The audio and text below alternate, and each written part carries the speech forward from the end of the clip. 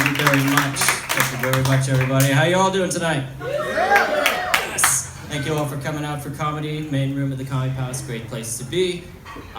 So things kind of suck right now. It's kind of unnerving, but people will always tell me, hey, you're a comedian. Trump must be great for comedy. And I'm like, well, that's a weirdly optimistic take on a possible nuclear war. So that's sort of like going to the doctor like, Bill, I'm sorry to tell you this, but you have terminal cancer and you have 6 months to live. But hey, look at the bright side. Think of all the money you're gonna save on haircuts. I mean, it's all about the sunny side of things. You know, it's like that meme, you know, like, I can't do blah, blah, blah. It's like, can't complain about politics if we're all dead. You know, it's a little too uncomfortable. So there's one silver lining of the Trump administration is there's been an upswell of activism. I don't know if you read, there was a special election on Tuesday. There was a 23% swing against Republicans, which was they contested a race they shouldn't have, which was amazing. You've got people running for Congress that never ran. You've got the Women's March. You've got all these things. There's activism everywhere, but there's one activist group that I don't understand, and that's anti-circumcision activists. You know, these are people who said, you know, I know we all could die at any minute, but and I know that women's health care is being taken away, but I need to focus on what really matters, baby dicks. And circumcision is one of those things that gets people really, really defensive about it. You know, guys will always, whenever I talk about this, they'll come up to me and go, oh yeah, well, having an uncut dick makes sex so much better. Two things. One, sex is pretty great. I've never gone, oh, damn it, what am I missing? And like, I don't know how much better it could be. And second of all, and this is key, I'm circumcised, and no woman has ever been going down on me like, you know what this could use? An additional flap of skin. What I love about that joke is the people who laugh, men and women, you get it, and those who don't, I know something about you now. So I recently learned that I am a vile sexist, by which I mean I politely disagreed with a feminist on the internet. It was actually about circumcision too. See, they don't want men controlling their bodies, but it's totally different because shut up, fuck you. And I don't understand. I do consider myself a feminist, just like this joke. So a woman walks into a bar and a feminist says that's not funny. Oh, that joke usually only works in East County. But I do consider myself a feminist, and not just to get laid. I get laid a surprising amount, and I'm a feminist. One comes first. Just like in that situation, one always comes first. So, what's weird to me about it is like people really don't understand what feminism is, and it's pretty simple. It's the radical notion that women have feelings, dreams, and a clitoris you should find more than just on her birthday. And like, I care about women, I respect them, I like strong women. You're not a real man if you're afraid of strong women. That's not an applause line, that's true, but, woo, yes. But I don't know, what do you want from us? I don't know what to do for you anymore because you keep moving the goalposts. A 2015 study by the University of Boston found that chivalry, like buying women dinner, opening doors for them, and offering them a coat when they're cold, is sexist. Yes, it is called benevolent sexism. 2017 study that was reported on by Cosmo, which exists to give women bad sex advice, said that giving women orgasms is sexist. For you see, we're not doing it because we care. We're doing it because of, quote, masculinity achievement. That's literally it. So, but I can tell that, you know, it's not fair. A lot of people say that Trump people are sexist, and I went to a Trump rally, and judging by that thing, I can assure you, none of them have ever considered about a woman's orgasm at all, and they are the most progressive feminists you will ever meet. Doesn't even occur to them that a woman has feelings. It's fantastic. Like, I don't know what to do to help, you know, like I get into arguments with feminists on the internet. I'm like, I'm trying to agree with you. What are you doing? It's like, you didn't agree with me the right way. So you are worse than if you disagreed with me entirely for some reason. I don't know. I'm trying to agree with you. Like, like they sit around and like, I don't know why men have this misguided view of feminism. Well, if I may have an opinion, boo, there's a white man. Everyone boo this man. Yeah, we just want you to know that because of your race and gender, we don't think your perspective is important. Get out of here. Boo. Anyways, I have no idea why people have this misguided view of feminism. Must be the patriarchy. Yeah, absolutely. Certainly nothing we're doing. Can't do anything. It's all men's fault. Absolutely, yes. Thank you. So, there's more women here than I expected for that joke to work. You know the people who hate women the most? Other women. You want to hear some sexist shit, ask them about their female coworker. And you will hear... All the women are laughing because all of you know.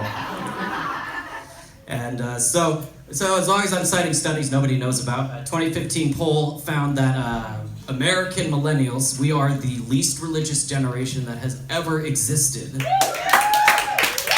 In East County, that does not get an applause. In Temecula, that does not get applause. Yes, we are the least religious generation that has ever existed. Also interesting fact, they found that the leading cause of atheism is reading the Bible as an adult.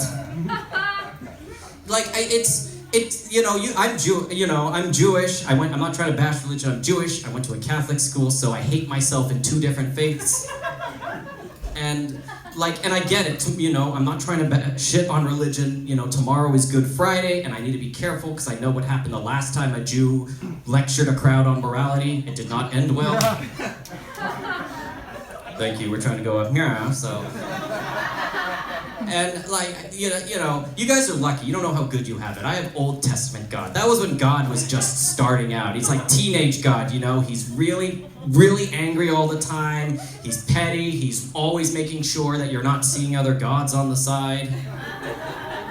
And New Testament God, he learned from his past. He laid back. He learned about forgiveness. Finally got laid. Had a son.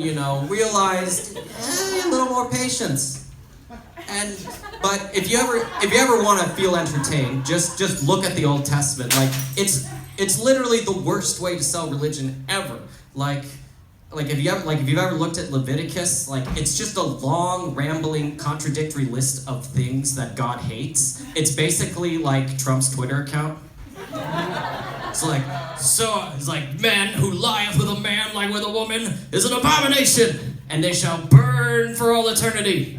People who eat shrimp is an abomination, and they shall burn for all eternity. That's right, haters and losers. I think eating shrimp is just as bad as being gay. What's up? You want to fight about it? And what's this I hear about people mixing fabrics from two different types of plant? Fabrics should not mix. Oh, and don't get me started on people eating weasels and chameleons.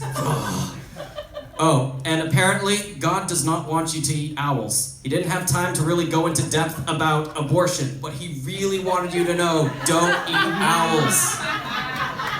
It's all about priorities when it comes to the Old Testament God.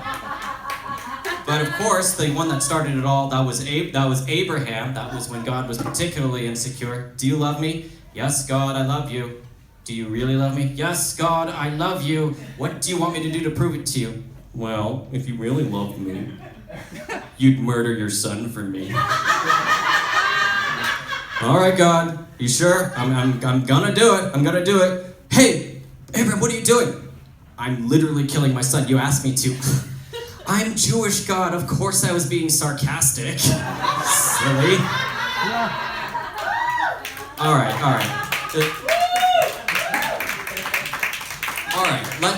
All right, that's fine. You don't have to kill your son for me. All you have to do is chop off the end of your penis.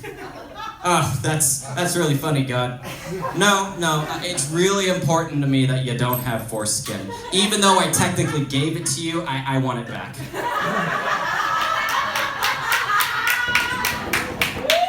God, I don't understand. You tell me to kill my son, then not to. You told me to cut off the end of my dick, even though you gave it to me. What do you want from me? I don't understand. What is this? I'm God and I work in mysterious ways. Oh, thank God, I can't believe he bought that. I'm gonna have to use that excuse for the next 10,000 years. This is great. And of course, probably the best story of all the Bible that turns people atheist is the story of Lot. For those of you who don't know, after Sodom and Gomorrah, they turned everybody to ice, and Lot fled the city with his daughters, and they decided to do a very biblical thing to save the human race. The daughters decided to get dad drunk and bang him. No, I didn't write this. This is Game of Thrones before Game of Thrones. That's what. A lot of death and a lot of incest. So I'm sorry if I'm the first one to tell you this. So what's weird is like today, I can understand God missing a couple things like, famine, because there's like 6 billion of us and he's busy. But like there's like 50 people then. How do you miss that? Like I imagine an angel was like, God, you have a minute? Yeah, what's going on?